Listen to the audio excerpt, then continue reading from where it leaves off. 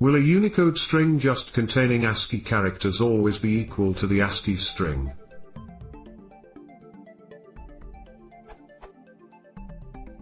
I noticed the following holds.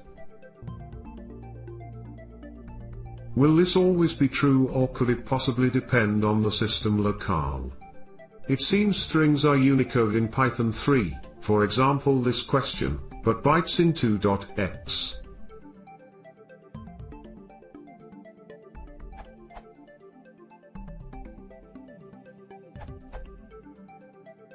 Python 2 courses between Unicode and STR using the ASCII codec when comparing the two types. So yes, this is always true. That is to say, unless you mess up your Python installation and use sys.setDefault encoding to change that default.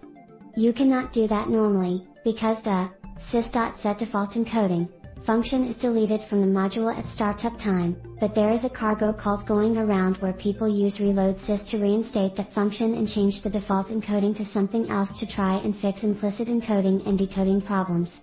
This is a dumb thing to do for precisely this reason.